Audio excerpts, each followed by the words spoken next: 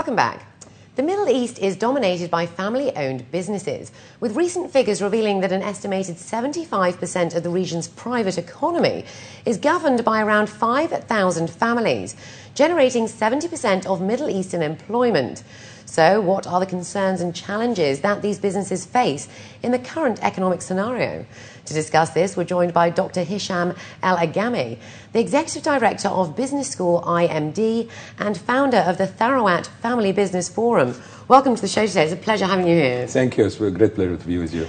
So to start off with, in terms of family businesses, how have they fared throughout the downturn? What have been the major areas of concern? Well, I mean, the family business, if you're talking about the Gulf region, that's exactly, right, yeah. the Gulf region. In Gulf region, and even in general in the Middle East, family business have been succeeding to go through this storm very nicely because of three things. The first thing is family business has always not conservative way of spending money. So they take care, because it is not only their money, it's the money of the next generation, of their money of their fathers and the children.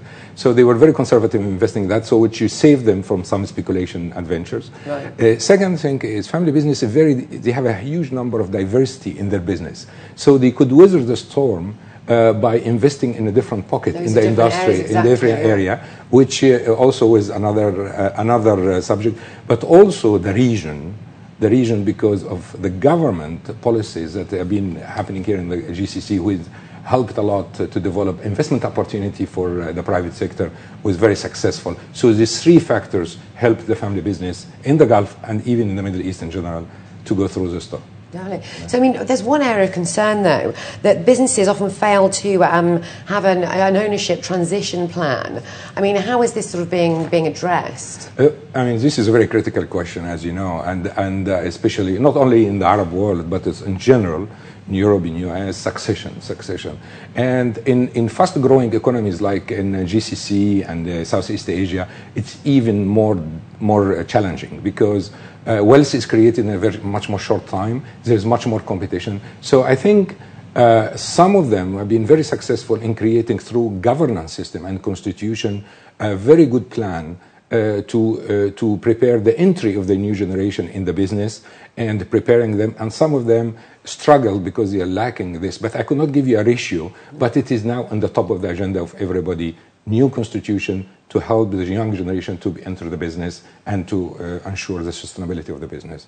So, I mean, those that are struggling, I mean, how can they sort of better themselves? Well, I mean, I think you should benchmark. You know, there's a lot of good examples, very successful example in the region. We worked with a lot of family business here, and they have been very successful in creating governance system that can prepare the young generation at a very early stage how to enter a business by sending them even 2-3 years outside the family business to learn in an international company or even local companies, doing something else and coming back and starting the business with them. And I think those families who failed to prepare these plans, you should benchmark with this exercise and prepare really a good constitution that can prepare the young generation to enter the business and to be a good player for the future, good leader for the future. You know, moving that sort of young population. Absolutely. You have to start very early. Definitely. It's not a matter, you could not come to somebody at 25 years old and tell him, hey, tomorrow you're in the business. Exactly. It should be starting very early stage and giving these family business issues and entrepreneurship in the DNA of the person very early. That's what helped after that to create leaders. And so, in terms of training, are they being given, you know, the right sort of correct course of training for that? Well, I mean, nowadays, you know, the Gulf region are exposed to fantastic training opportunities. We at IMD in Switzerland, we receive them a lot.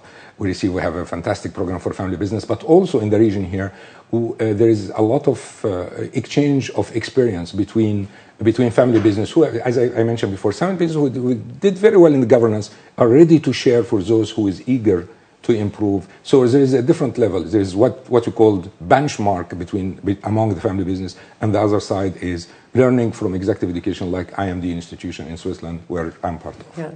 And so in terms of these companies as well, have you noticed any sort of hesitation towards these companies going public at all? Well, I mean, as you know, going public is not the only solution. Going public, of course, it's a hesitation for everybody. I mean, it's look like that you have your own house and then you have to share it, and then you have to justify for your neighbor why you are doing things. It's as simple as that. So it is a human being reaction. But what I'm saying is, here, the successful family business who done in Saudi Arabia, for example, and in Kuwait and other countries in the GCC, and also in Egypt, was based on a real evaluation of the market opportunity. If you have not to go to IPO because you have to go to IPO. There is some condition, some preparation. It has to be respected and have to be taken seriously before going in IPO. The problem is that the family business was exposed to huge pressure from external world that said you have to go to IPO without knowing why. Now we're trying to explain that, and we have been in forum today and tomorrow discussing when and why you take IPO as an option. And of course, this will help people to get confidence. Unfortunately, we're running out of time. Yeah. But if you could just tell us briefly as well about the Tharawat Family Business Forum that you're the founder of. Very simple. We get together with about 20 families from the Arab world, and we said we need to create a forum. Our ambition to be the World Economic Forum of the family business, and especially for Arab world, to create trust and to compare and to share experience and to help family business to have a platform, a safe haven where they can feel comfortable and share experience.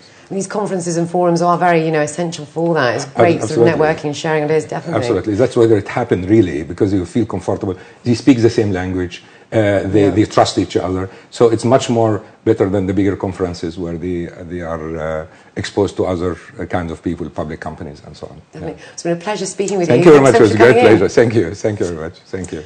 Well, that's it from the business desk. You can contact us, though, at ib@city7tv.com. Up next, Natasha Thomas has the details of the Jonas Brothers concert in Abu Dhabi.